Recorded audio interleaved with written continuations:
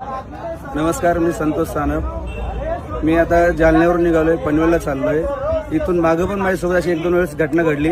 आजची ताजी घटना आहे बघा, लाईव्ह घटना आहे. हे खिळे बघा, हे समृद्धी हवे. 1 तास झाले पोलिसवाल्यांना फोन करतोय. समोरच्या गाडीचे 4 टायर पंक्चर झालेत. पोलीसची मदत अजिबात होत नाही या रोडवरती.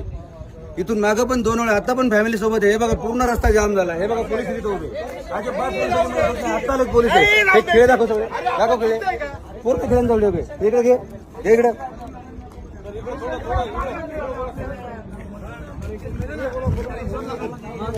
भाऊ, इथून मागून माझ्यासोबत अशा घटना 2 वेळा झाल्यात. तेव्हा पण मी पोलिसांना फोन केला, अजिबात पोलिसांची मदत होत नाही.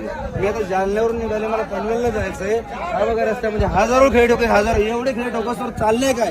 अर्धा रस्ता बंद करून जर चोर खेळ ठोकतात, पोलीस करतात काय? रोडवाले कॉन्ट्रॅक्ट करतो काय? काय सुविधा आहे रोडला? कशाला हा रोड बनलाय? हा समृद्धी एका लोकांचा जीव घ्या रोड बनलाय, तेच समजत नाही. व्हिडिओ व्हायरल करा हे आणि हे दाखवा या पोलिसवाल्यांना. अजिबात पोलिसची मदत होत नाही या रोडला.